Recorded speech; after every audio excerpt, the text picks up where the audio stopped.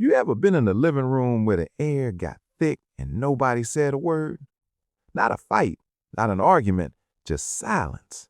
The kind of silence where the dad's jaw locked up, the mom started rearranging things on the counter that didn't need rearranging, and the family dog looked at you like even he knew something was off. That was you, standing in a white girl's living room in 1987. Fresh haircut, best shirt, hands in your pockets because you didn't know what else to do with them, and somewhere between "nice to meet you, sir," and the car ride home, you learned something about America that no textbook was ever going to teach you. My name's Franklin, and I've been watching this one play out for a long time.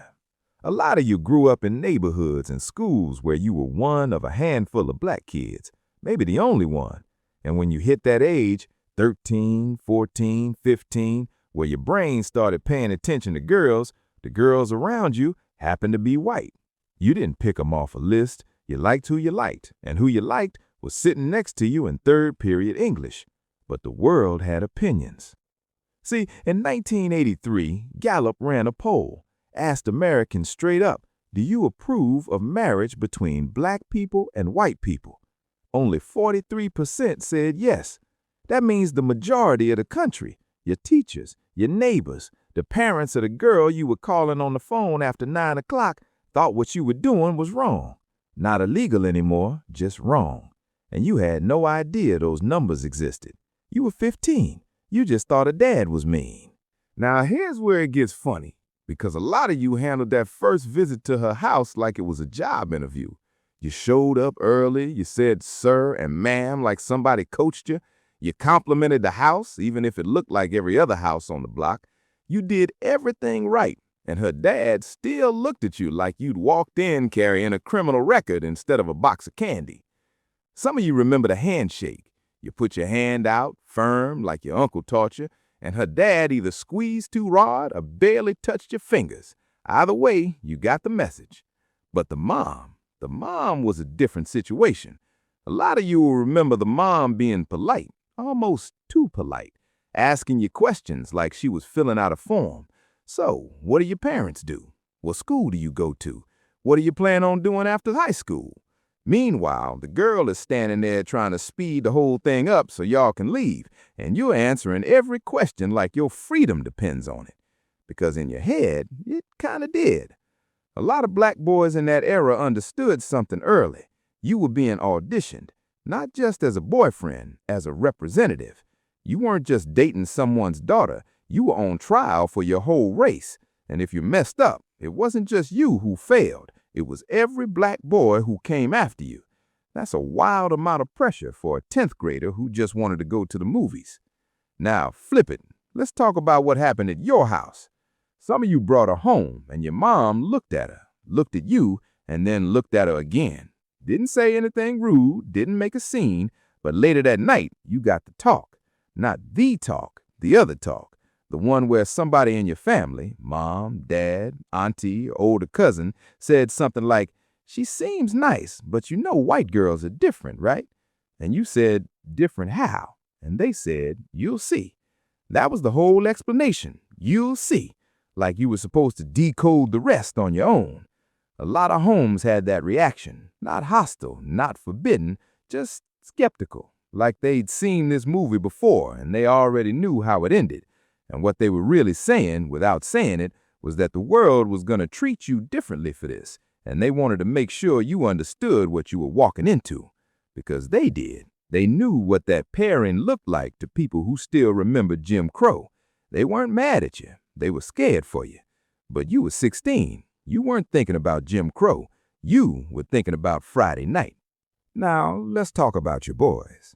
Oh, your boys had something to say, always. If you were in a mostly black school or ran with a mostly black crew, the moment word got out, you heard it. So, you like white girls now? Like it was a betrayal. Like you switched teams. Like choosing one person meant rejecting an entire group of people. And some of you laughed it off. Some of you got defensive. And some of you, and this is the part nobody talks about, started keeping it quiet.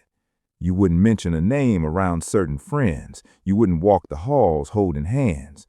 You built a wall between the two parts of your social life and bounced between them like you had two identities. Sound familiar? Meanwhile, her friends had their own version. Some of them thought it was exciting, edgy even, like you were a character in a movie and dating you made her interesting. A couple of them probably asked the questions that had nothing to do with who you actually were and everything to do with what they'd seen on TV. And some of her friends got weird, stopped calling, changed the energy when you walked up. You could feel it even if nobody said it out loud, because that's how it worked in the 80s and 90s. Nobody had to say the word race. They just rearranged the room until you got the message. Let's get back to the numbers for a second.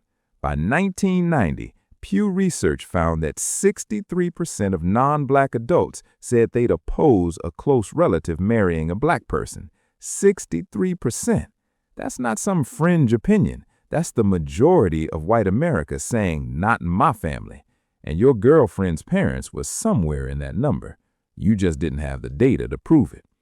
What you did have was a feeling. That feeling where you knew something was wrong but couldn't name it, where you could sense a shift in a room but nobody confirmed it, where you were standing in somebody's house being perfectly polite and still getting treated like a guest who wasn't quite welcome. That feeling taught you something. It taught you to read situations before you walked into them, to scan faces for approval before you relaxed, to adjust your behavior based on who was in the room. And you carried that into adulthood, into job interviews, into meetings, into every room where you were the only black person and you had to figure out fast whether you were safe or performing. A lot of that wiring started in her living room. Now, let's talk about the actual relationship, because it wasn't all tension and uncomfortable dinners. A lot of you had a blast. Friday night at the mall, driving around in somebody's parents' car with the radio on, renting movies from Blockbuster and arguing about what to watch, sharing headphones on a Walkman, sitting in the food court splitting a Sbarro slice. Normal teenage stuff, the kind of stuff that had nothing to do with race and everything to do with being young and bored and in like with somebody. Some of you went to her prom, rented a tux, posed for pictures in her parents' backyard while her dad stood off to the side, looking like he was doing long division in his head. And the whole time you're smiling, because you look good and she looks good, and tonight was supposed to be about fun, even though you could feel the weight of every adult in the room calculating something you weren't part of.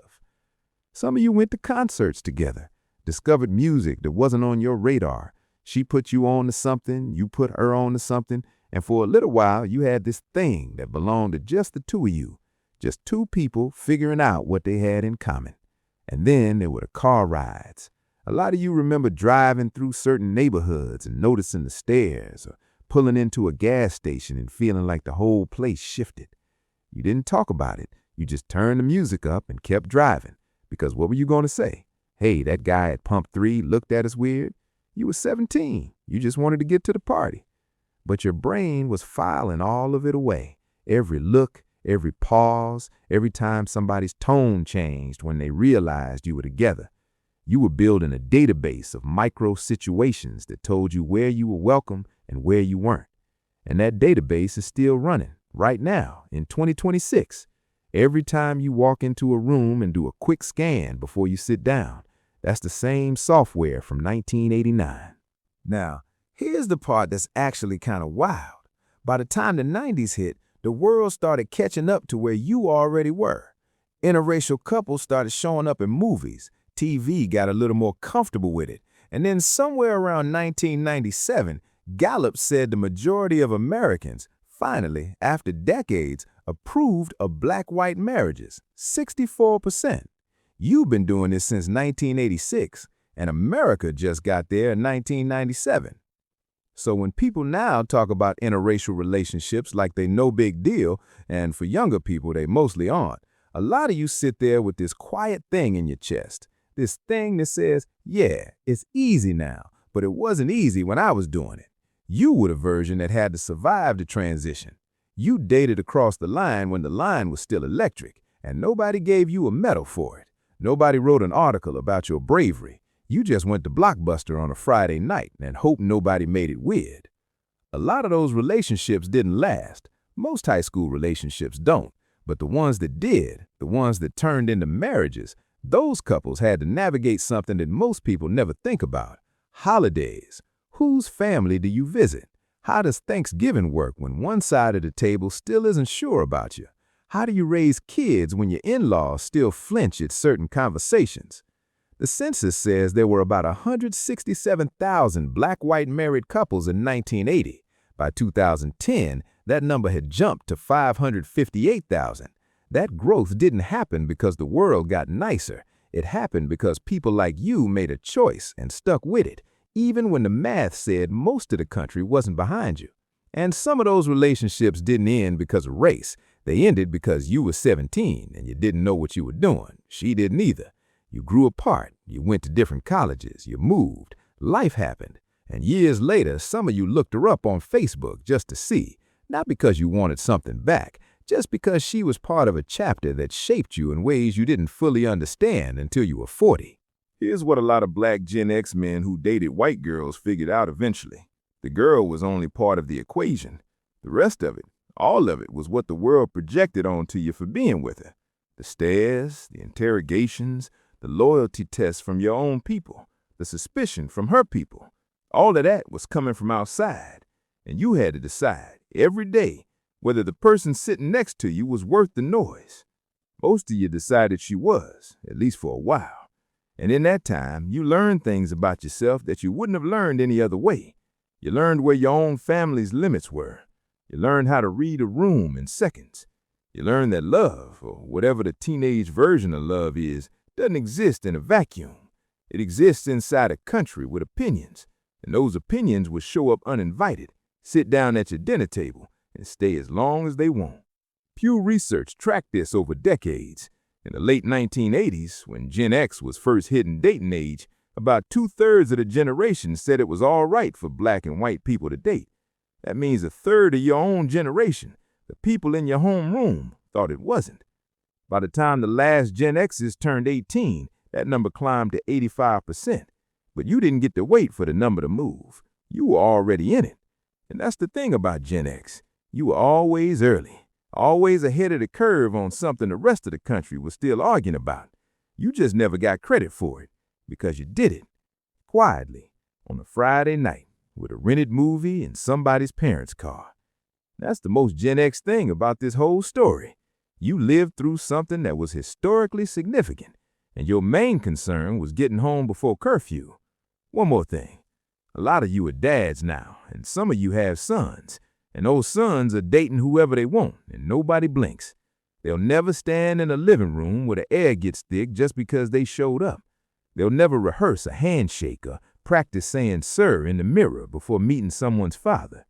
And you'll watch them walk out the door with their girlfriend, whoever she is, and you won't say a word about it because you remember what it felt like when somebody tried to make your choice feel wrong, and you promised yourself you'd never do that to your kid.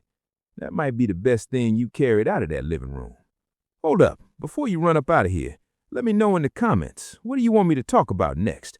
I might just make a video on it. So don't be shy, leave a comment below, and I'll see you in the next one.